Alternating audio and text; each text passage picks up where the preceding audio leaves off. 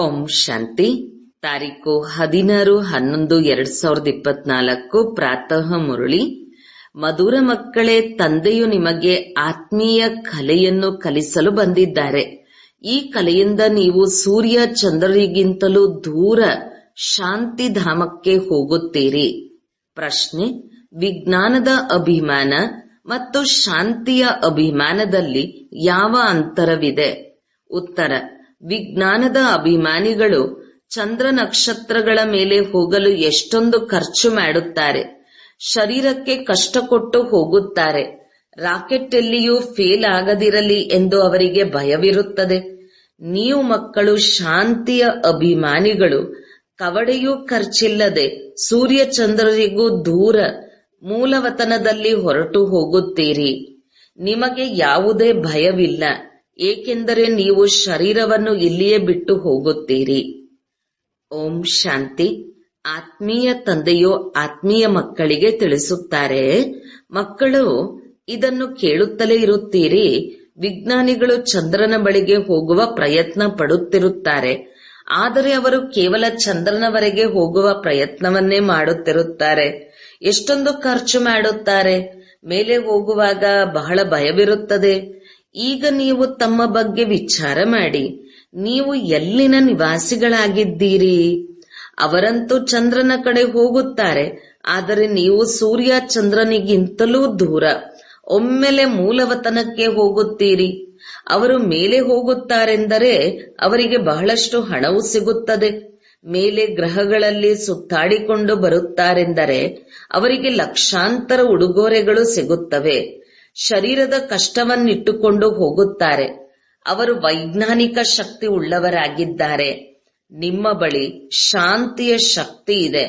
ನಿಮಗೆ ತಿಳಿದಿದೆ, ನಾವಾತ್ಮಗಳು ನಮ್ಮ ಶಾಂತಿಧಾಮ ಬ್ರಹ್ಮಾಂಡದಲ್ಲಿ ಹೋಗುತ್ತೇವೆ. ಆತ್ಮವೇ ಎಲ್ಲವನ್ನೂ ಮಾಡುತ್ತದೆ. ಅವರು ಸಹ ಶರೀರದ ಜೊತೆ ಮೇಲೆ ಹೋಗುತ್ತಾರೆ. ಬಹಳ ಅಪಾಯಕಾರಿಯಾಗಿದೆ. ಮೇಲಿನಿಂದ ಬಿದ್ದರೆ ಪ್ರಾಣವು ಹೊರಟು ಹೋಗುವುದೆಂದು ಹೆದರುತ್ತಾರೆ.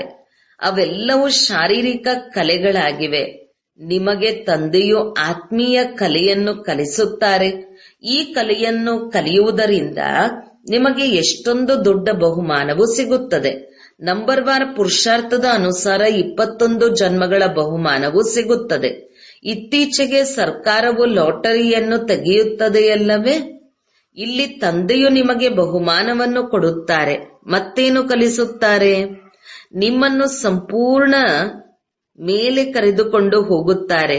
ಅಲ್ಲಿ ನಿಮ್ಮ ಮನೆಯಿದೆ. ಈಗ ನಿಮಗೆ ನೆನಪಿಗೆ ಬರುತ್ತದೆಯಲ್ಲವೇ, ನಮ್ಮ ಮನೆಯು ಎಲ್ಲಿದೆ ಮತ್ತು ಕಳೆದುಕೊಂಡ ರಾಜಧಾನಿಯು ಎಲ್ಲಿದೆ? ರಾವಣನು ಕಸಿದುಕೊಂಡನು. ಈಗ ಪುನಃ ನಾವು ಮೂಲ ಮನೆಗೆ ಹೋಗುತ್ತೇವೆ ಮತ್ತು ರಾಜ್ಯಭಾಗ್ಯವನ್ನು ಪ್ರಾಪ್ತಿ ಮಾಡಿಕೊಳ್ಳುತ್ತೇವೆ. ಮುಕ್ತಿಧಾಮವು ನಮ್ಮ ಮನೆಯಾಗಿದೆ ಎಂದು ಯಾರಿಗೂ ತಿಳಿದಿಲ್ಲ. ಈಗ ನೀವು ಮಕ್ಕಳಿಗೆ ಕಲಿಸಿಕೊಡುವುದಕ್ಕಾಗಿ ತಂದೆಯು ನೋಡಿ ಎಲ್ಲಿಂದ ಬರುತ್ತಾರೆ? ದೂರದಿಂದ ಬರುತ್ತಾರೆ. ಆತ್ಮವು ರಾಕೆಟ್ ಆಗಿದೆ. ಮೇಲೆ ಹೋಗಿ ಚಂದ್ರನೆಲ್ಲಿದೆ, ನಕ್ಷತ್ರಗಳು ಇಲ್ಲಿ ಏನಿದೆ ಎಂದು ನೋಡಲು ಪ್ರಯತ್ನ ಪಡುತ್ತಿರುತ್ತಾರೆ. ಈಗ ನೀವು ಮಕ್ಕಳಿಗೆ ತಿಳಿದಿದೆ, ಇವಂತೂ ಈ ಸೃಷ್ಟಿಯ ರಂಗಮಂಚದ ದೀಪಗಳಾಗಿವೆ. ಹೇಗೆ ರಂಗಮಂಚದಲ್ಲಿ ವಿದ್ಯುತ್ ದೀಪಗಳನ್ನು ಉರಿಸುತ್ತಾರೆ, ಮ್ಯೂಸಿಯಂನಲ್ಲಿಯೂ ಸಹ ನೀವು ದೀಪಗಳನ್ನು ಇಡುತ್ತೀರಲ್ಲವೇ? ಇದು ಬೇಹದ್ದಿನ ಪ್ರಪಂಚವಾಗಿದೆ. ಇದರಲ್ಲಿ ಈ ಸೂರ್ಯ ಚಂದ್ರ ನಕ್ಷತ್ರಗಳು ಬೆಳಕು ಕೊಡುವಂತದ್ದಾಗಿದೆ. ಸೂರ್ಯ ಚಂದ್ರರು ದೇವತೆಗಳೆಂದು ಮನುಷ್ಯರು ತಿಳಿಯುತ್ತಾರೆ, ಆದರೆ ಇವು ದೇವತೆಗಳಲ್ಲ. ತಂದೆಯು ಬಂದು ಹೇಗೆ ನಮ್ಮನ್ನು ಮನುಷ್ಯರಿಂದ ದೇವತೆಗಳನ್ನಾಗಿ ಮಾಡುತ್ತಾರೆಂದು ಈಗ ನೀವು ತಿಳಿದುಕೊಂಡಿದ್ದೀರಿ. ಇವರು ಜ್ಞಾನ ಸೂರ್ಯ, ಜ್ಞಾನ ಚಂದ್ರಮ ಮತ್ತು ಜ್ಞಾನ ನಕ್ಷತ್ರಗಳಾಗಿದ್ದಾರೆ. ಜ್ಞಾನದಿಂದಲೇ ನೀವು ಮಕ್ಕಳ ಸದ್ಗತಿಯಾಗುತ್ತಿದೆ. ನೀವು ಎಷ್ಟು ದೂರ ಹೋಗುತ್ತೀರಿ? ತಂದೆಯ ಮನೆಗೆ ಹೋಗುವ ಮಾರ್ಗವನ್ನು ತಿಳಿಸಿದ್ದಾರೆ. ತಂದೆಯ ವಿನಃ ಯಾರು ಹಿಂತಿರುಗಿ ತಮ್ಮ ಮನೆಗೆ ಹೋಗಲು ಸಾಧ್ಯವಿಲ್ಲ. ಯಾವಾಗ ತಂದೆಯು ಬಂದು ಶಿಕ್ಷಣವನ್ನು ಕೊಡುತ್ತಾರೆಯೋ ಆಗಲೇ ನೀವು ತಿಳಿದುಕೊಳ್ಳುತ್ತೀರಿ. ಇದು ಸಹ ನಿಮಗೆ ತಿಳಿದಿದೆ, ನಾವಾತ್ಮಗಳು ಪವಿತ್ರರಾದಾಗಲೇ ನಮ್ಮ ಮನೆಗೆ ಹೋಗಲು ಸಾಧ್ಯ. ಅಂದರೆ ಕೊನೆಯಲ್ಲಿ ಯೋಗ ಬಲದಿಂದ ಇಲ್ಲವೇ ಶಿಕ್ಷೆಗಳ ಬಲದಿಂದ ಪಾವನರಾಗಬೇಕು. ತಂದೆಯಂತೂ ತಿಳಿಸುತ್ತಿರುತ್ತಾರೆ, ಎಷ್ಟು ನೀವು ತಂದೆಯನ್ನು ನೆನಪು ಮಾಡುತ್ತೀರೋ ಅಷ್ಟು ಪಾವನರಾಗುತ್ತೀರಿ. ನೆನಪು ಮಾಡದಿದ್ದರೆ ಪತಿತರಾಗಿಯೇ ಉಳಿದು ಬಿಡುತ್ತೀರಿ. ಮತ್ತೆ ಬಹಳ ಶಿಕ್ಷೆಗಳನ್ನು ಅನುಭವಿಸಬೇಕು. ಮತ್ತೆ ಪದವಿಯು ಭ್ರಷ್ಟವಾಗಿ ಬಿಡುತ್ತದೆ. ಸ್ವಯಂ ತಂದೆಯ ಕುಳಿತು ನೀವು ಮಕ್ಕಳಿಗೆ ಹೀಗೀಗೆ ಮನೆಗೆ ಹೋಗಬೇಕೆಂದು ತಿಳಿಸುತ್ತಾರೆ. ಬ್ರಹ್ಮಾಂಡವೆಂದರೇನು, ಸೂಕ್ಷ್ಮವತನವೆಂದರೇನು ಏನೆನ್ನುವುದನ್ನೂ ತಿಳಿದಿಲ್ಲ. ವಿದ್ಯಾರ್ಥಿಗಳು ಮೊದಲು ಏನನ್ನೂ ತಿಳಿದುಕೊಂಡಿರುವುದಿಲ್ಲ. ಯಾವಾಗ ಓದಲು ಆರಂಭಿಸುವರೋ ಆಗ ಜ್ಞಾನವು ಸಿಗುತ್ತದೆ. ಜ್ಞಾನ ವಿದ್ಯೆಯೂ ಸಹ ಕೆಲವೊಂದು ಚಿಕ್ಕದು, ಇನ್ನು ಕೆಲವು ವಿದ್ಯೆಯು ದೊಡ್ಡದಿರುತ್ತದೆ. ICSನ ಪರೀಕ್ಷೆಯನ್ನು ತೇರ್ಗಡೆ ಮಾಡಿದರೆ ಅವರನ್ನು ಜ್ಞಾನಪೂರ್ಣರೆಂದು ಹೇಳುತ್ತಾರೆ. ಇದಕ್ಕಿಂತ ಉನ್ನತ ವಿದ್ಯೆಯು ಮತ್ಯಾವುದೂ ಇಲ್ಲ. ಈಗ ನೀವು ಸಹ ಎಷ್ಟು ಉನ್ನತ ಜ್ಞಾನವನ್ನು ಕಲಿಯುತ್ತೀರಿ. ತಂದೆಯು ನಿಮಗೆ ಪವಿತ್ರರಾಗುವ ಯುಕ್ತಿಯನ್ನು ತಿಳಿಸುತ್ತಾರೆ. ಮಕ್ಕಳೇ, ನನ್ನೊಬ್ಬನನ್ನು ನೆನಪು ಮಾಡಿದರೆ ನೀವು ಪತೀತರಿಂದ ಪಾವನರಾಗುತ್ತೀರಿ. ಮೂಲತಃ ನೀವು ಆತ್ಮಗಳು ಪಾವನರಾಗಿದ್ದೀರಿ. ಮೇಲೆ ತಮ್ಮ ಮನೆಯಲ್ಲಿದ್ದೀರಿ. ಯಾವಾಗ ನೀವು ಸತ್ಯಯುಗದಲ್ಲಿ ಜೀವನ್ಮುಕ್ತಿಯಲ್ಲಿರುವಿರೋ ಆಗ ಉಳಿದವರೆಲ್ಲರೂ ಮುಕ್ತಿಧಾಮದಲ್ಲಿರುತ್ತಾರೆ. ಮುಕ್ತಿ ಮತ್ತು ಜೀವನ್ಮುಕ್ತಿ ಎರಡಕ್ಕೂ ನಾವು ಶಿವಾಲಯವೆಂದು ಹೇಳುತ್ತೇವೆ. ಮುಕ್ತಿಯಲ್ಲಿ ಶಿವತಂದೆಯೂ ಇರುತ್ತಾರೆ, ನಾವಾತ್ಮಗಳು ಇರುತ್ತೇವೆ. ಇದು ಆತ್ಮೀಯ ಅತ್ಯುನ್ನತ ಜ್ಞಾನವಾಗಿದೆ. ನಾವು ಹೋಗಿ ಚಂದ್ರನ ಮೇಲೆ ವಾಸಿಸುತ್ತೇವೆ ಎಂದು ಅವರು ಹೇಳುತ್ತಾರೆ. ಎಷ್ಟೊಂದು ತಲೆಕೆಡಿಸಿಕೊಳ್ಳುತ್ತಾರೆ. ತಮ್ಮ ಸಾಹಸವನ್ನು ತೋರಿಸುತ್ತಾರೆ. ಎಷ್ಟೊಂದು ಮಲ್ಟಿಮಿಲಿಯನ್ ಮೈಲುಗಳಷ್ಟು ಮೇಲಕ್ಕೆ ಹೋಗುತ್ತಾರೆ. ಆದರೆ ಅವರ ಆಸೆಯು ಪೂರ್ಣವಾಗುವುದಿಲ್ಲ ಮತ್ತು ನಿಮ್ಮ ಆಸೆಯು ಪೂರ್ಣವಾಗುತ್ತದೆ. ಅವರದು ಸುಳ್ಳು ಶರೀರದ ಅಭಿಮಾನವಾಗಿದೆ, ನಿಮ್ಮದು ಆತ್ಮೀಕ ಅಭಿಮಾನವಾಗಿದೆ. ಅವರು ಮಾಯೆಯ ಸಾಹಸವನ್ನು ಎಷ್ಟೊಂದು ತೋರಿಸುತ್ತಾರೆ. ಈಗ ಮನುಷ್ಯರು ಎಷ್ಟೊಂದು ಚಪ್ಪಾಳೆ ತಟ್ಟಿ ಅಭಿನಂದನೆಗಳನ್ನು ಕೊಡುತ್ತಾರೆ. ಅವರಿಗೆ ಬಹಳಷ್ಟು ಸಿಗುತ್ತದೆ, 5-6 ಕೋಟಿಗಳು ಸಿಗುತ್ತದೆ. ನೀವು ಮಕ್ಕಳಿಗೆ ಈ ಜ್ಞಾನವಿದೆ. ಅವರಿಗೆ ಎಷ್ಟೆಲ್ಲ ಹಣವು ಸಿಗುತ್ತದೆಯೋ ಅದೆಲ್ಲವೂ ಸಮಾಪ್ತಿಯಾಗಿ ಬಿಡುತ್ತದೆ. ಇನ್ನು ಸ್ವಲ್ಪ ದಿನಗಳಿದೆ ಎಂದು ತಿಳಿಯಿರಿ. ಇಂದು ಏನಿದೆ ನಾಳೆ ಏನಾಗಲಿದೆ. ಇಂದು ನೀವು ನರಕವಾಸಿಗಳಾಗಿದ್ದೀರಿ, ನಾಳೆ ಸ್ವರ್ಗವಾಸಿಗಳಾಗಿ ಬಿಡುತ್ತೀರಿ. ಸಮಯವೇನು ಹೆಚ್ಚಿಗೆ ಹಿಡಿಸುವುದಿಲ್ಲ ಅಂದಾಗ ಅವರದು ದೈಹಿಕ ಶಕ್ತಿ, ನಿಮ್ಮದು ಆತ್ಮಿಕ ಶಕ್ತಿಯಾಗಿದೆ. ಇದನ್ನು ಕೇವಲ ನೀವೇ ತಿಳಿದುಕೊಂಡಿದ್ದೀರಿ. ಅವರು ದೈಹಿಕ ಶಕ್ತಿಯಿಂದ ಎಲ್ಲಿಯವರೆಗೂ ಹೋಗುತ್ತಾರೆ? ಅವರ ಕಲೆಯು ಇಲ್ಲಿಯವರೆಗೂ ಸಮಾಪ್ತಿಯಾಗಿ ಬಿಡುತ್ತದೆ. ಅದು ದೈಹಿಕ ಅತ್ಯುನ್ನತ ಕಲೆಯಾಗಿದೆ. ನಿಮ್ಮದು ಉನ್ನತ ಆತ್ಮೀಕ ಕಲೆಯಾಗಿದೆ. ನೀವು ಶಾಂತಿಧಾಮದಲ್ಲಿ ಹೋಗುತ್ತೀರಿ. ಅದರ ಹೆಸರೇ ಆಗಿದೆ ಮಧುರ ಮನೆ. ಅವರು ಎಷ್ಟು ಮೇಲೆ ಹೋಗುತ್ತಾರೆ ಮತ್ತು ನೀವು ತಮ್ಮ ಲೆಕ್ಕವನ್ನು ನೆನಪು ಮಾಡಿಕೊಳ್ಳಿ. ನೀವು ಎಷ್ಟೊಂದು ಮೈಲಿಗಳು ಮೇಲಕ್ಕೆ ಹೋಗುತ್ತೀರಿ. ನೀವು ಯಾರು? ಆತ್ಮಗಳು. ತಂದೆಯು ತಿಳಿಸುತ್ತಾರೆ, ನಾನು ಎಷ್ಟು ಮೈಲಿಗಳ ಮೇಲಿರುತ್ತೇನೆ, ಎಣಿಸಲು ಸಾಧ್ಯವೇ? ಅವರ ಬಳಿ ಲೆಕ್ಕವಿರುತ್ತದೆ. ಇಷ್ಟು ಮೈಲಿಗಳ ಮೇಲೆ ಹೋದರು ಮತ್ತೆ ಹಿಂದಿರುಗಿ ಬರುತ್ತಾರೆಂದು ತಿಳಿಸುತ್ತಾರೆ. ಬಹಳ ಎಚ್ಚರಿಕೆ ವಹಿಸುತ್ತಾರೆ. ಹೀಗೆ ಇಳಿಯುತ್ತಾರೆ, ಹಾಗೆ ಮಾಡುತ್ತಾರೆ ಎಂದು ಬಹಳಷ್ಟು ಅವರದು ಶಬ್ದವಿರುತ್ತದೆ. ನಿಮ್ಮದು ಸದ್ದೆ ಇರುವುದಿಲ್ಲ. ನೀವು ಎಲ್ಲಿಗೆ ಹೋಗುತ್ತೀರಿ ಮತ್ತೆ ಹೇಗೆ ಬರುತ್ತೀರಿ ಎಂಬುದು ಯಾರಿಗೂ ತಿಳಿಯುವುದಿಲ್ಲ. ನಿಮಗೆ ಯಾವ ಬಹುಮಾನವು ಸಿಗುತ್ತದೆ ಎಂಬುದು ನಿಮಗೆ ಗೊತ್ತು. ಅದ್ಭುತವಾಗಿದೆ. ತಂದೆಯದು ಚಮತ್ಕಾರವಾಗಿದೆ. ಇದು ಯಾರಿಗೂ ತಿಳಿದಿಲ್ಲ. ಇದೇನು ಹೊಸ ಮಾತಲ್ಲ. ಪ್ರತಿ 5,000 ವರ್ಷಗಳ ನಂತರ ಅವರು ಈ ಅಭ್ಯಾಸವನ್ನು ಮಾಡುತ್ತಿರುತ್ತಾರೆಂದು ನೀವು ಹೇಳಿರುತ್ತೀರಿ.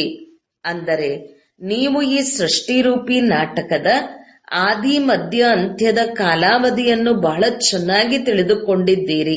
ಅಂದಾಗ ತಂದೆಯು ನಮಗೆ ಏನು ಕಲಿಸುತ್ತಾರೆಂಬುದು ನಶೆ ಇರಬೇಕು. ಬಹಳ ಶ್ರೇಷ್ಠ ಪುರುಷಾರ್ಥವನ್ನು ಮಾಡುತ್ತೀರಿ, ಮತ್ತೆ ಕಲ್ಪದ ನಂತರವೂ ಮಾಡುತ್ತೀರಿ. ಇವೆಲ್ಲ ಮಾತುಗಳು ಯಾರಿಗೂ ಗೊತ್ತಿಲ್ಲ. ತಂದೆಯು ಗುಪ್ತವಾಗಿದ್ದಾರೆ. ನಿಮಗೆ ಪ್ರತಿನಿತ್ಯವೂ ಎಷ್ಟೊಂದು ತಿಳಿಸುತ್ತಾರೆ, ಎಷ್ಟೊಂದು ಜ್ಞಾನವನ್ನು ಕೊಡುತ್ತಾರೆ. ಅವರು ಒಂದು ಸೀಮಿತವಾದ ದೂರದವರೆಗೂ ಹೋಗುತ್ತಾರೆ. ನೀವು ಬೇಹದ್ದಿನಲ್ಲಿ ಹೋಗುತ್ತೀರಿ. ಅವರು ಚಂದ್ರನವರೆಗೂ ಹೋಗುತ್ತಾರೆ. ಸೂರ್ಯ ಚಂದ್ರನೆಂದರೆ ದೊಡ್ಡ ದೊಡ್ಡ ದೀಪಗಳಷ್ಟೇ, ಇನ್ನೇನೂ ಇಲ್ಲ. ಅವರಿಗೆ ಭೂಮಿಯು ಬಹಳ ಚಿಕ್ಕದಾಗಿ ಕಾಣಿಸುತ್ತದೆ. ಅಂದಾಗ ಅವರು ಶಾರೀರಿಕ ಜ್ಞಾನ ಮತ್ತು ನಿಮ್ಮ ಜ್ಞಾನದಲ್ಲಿ ಎಷ್ಟೊಂದು ಅಂತರವಿದೆ. ನೀವಾತ್ಮಗಳು ಎಷ್ಟೊಂದು ಸೂಕ್ಷ್ಮವಾಗಿದ್ದೀರಿ, ಆದರೆ ವೇಗವು ಬಹಳಷ್ಟು ತೀಕ್ಷ್ಣವಾಗಿದೆ. ನೀವಾತ್ಮಗಳು ಮೇಲಿರುತ್ತೀರಿ. ಇಲ್ಲಿ ಪಾತ್ರವನ್ನು ಅಭಿನಯಿಸಲು ಬರುತ್ತೀರಿ. ತಂದೆಯೂ ಸಹ ಪರಮಾತ್ಮನಾಗಿದ್ದಾರೆ. ಆದರೆ ಅವರ ಪೂಜೆ ಹೇಗಾಗುವುದು? ಭಕ್ತಿಯೂ ಸಹ ಅವಶ್ಯಕವಾಗಿ ಆಗಲೇಬೇಕು. ತಂದೆಯು ತಿಳಿಸುತ್ತಾರೆ, ಅರ್ಧ ಕಲ್ಪ ಜ್ಞಾನದ ಹಗಲು, ಇನ್ನರ್ಧ ಕಲ್ಪ ಭಕ್ತಿಯ ರಾತ್ರಿಯಾಗಿದೆ. ಈಗ ಸಂಗಮಯುಗದಲ್ಲಿ ನೀವು ಜ್ಞಾನವನ್ನು ಪಡೆದುಕೊಳ್ಳುತ್ತೀರಿ.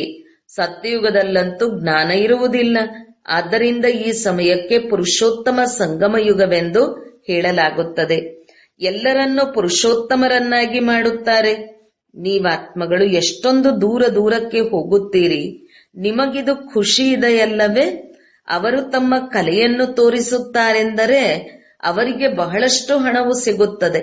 ಬಲೆ ಅವರಿಗೆ ಎಷ್ಟಾದರೂ ಸಿಗಲಿ, ಆದರೆ ನಿಮಗೆ ತಿಳಿದಿದೆ ಅದೇನು ನಮ್ಮ ಜೊತೆಯಲ್ಲಿ ಬರುವುದಿಲ್ಲ.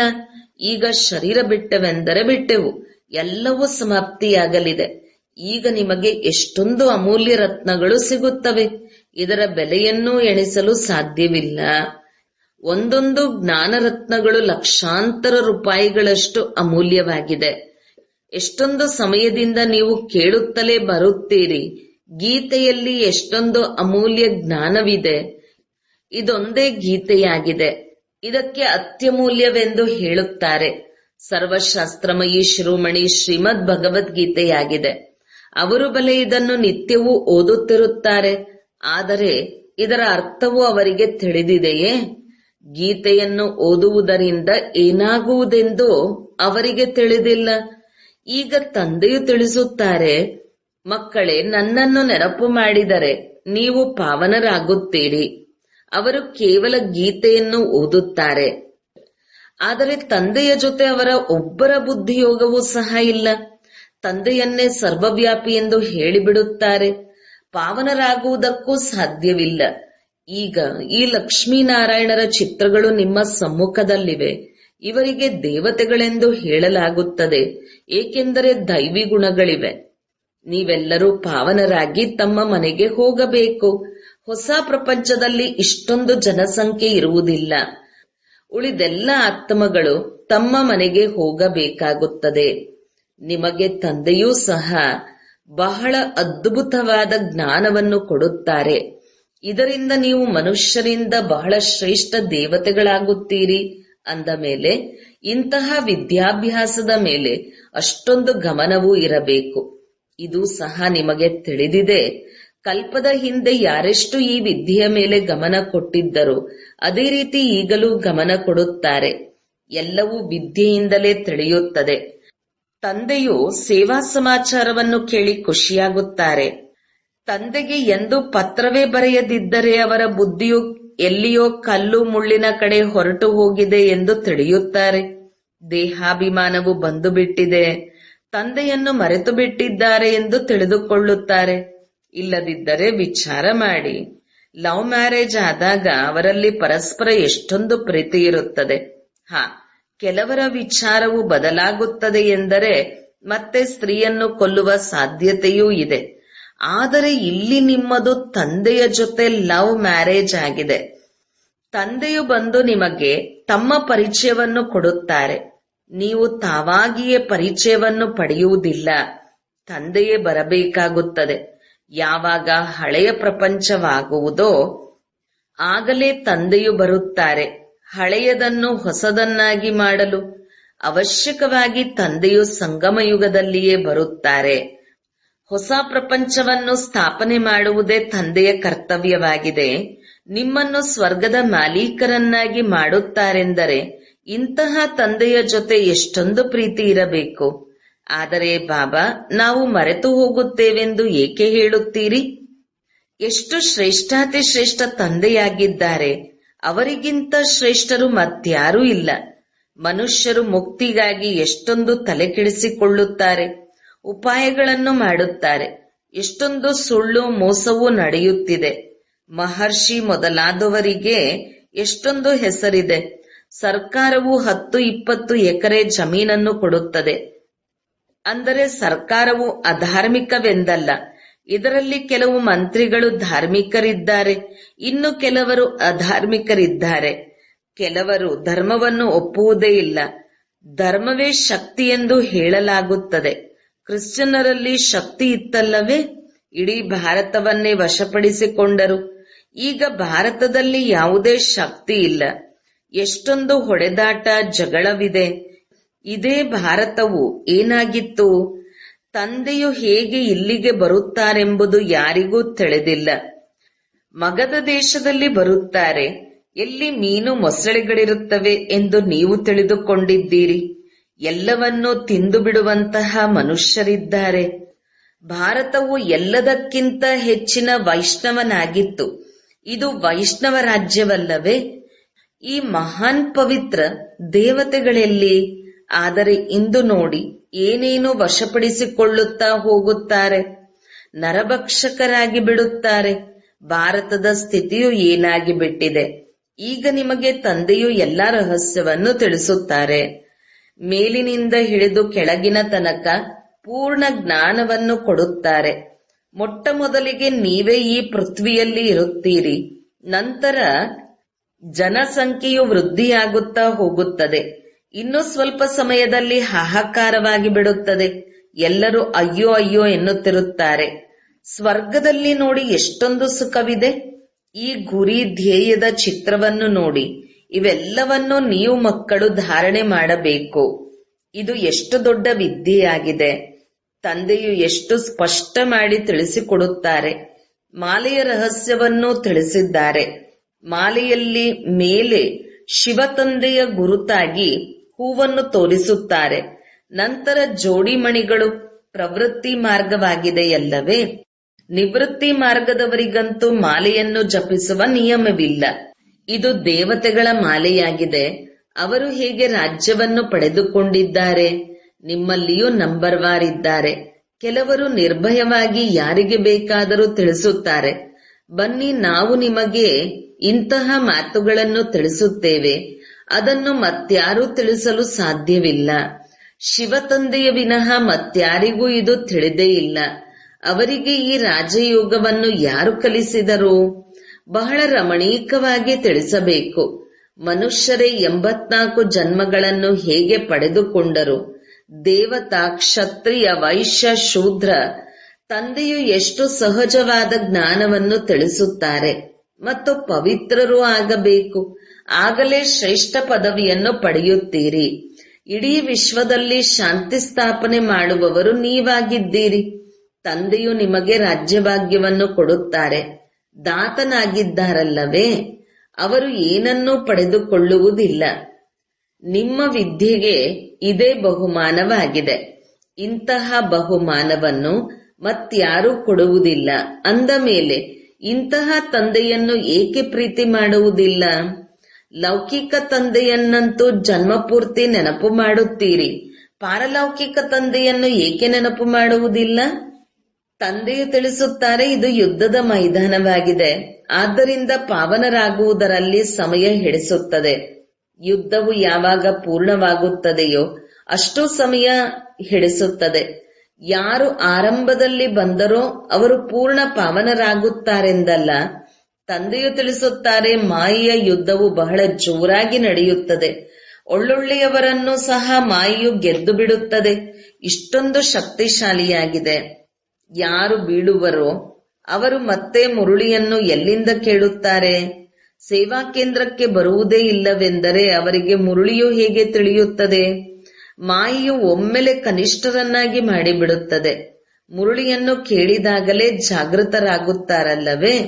ಇಲ್ಲದಿದ್ದರೆ ಕೊಳಕು ಕೆಲಸದಲ್ಲಿಯೇ ತೊಡಗುತ್ತಾರೆ.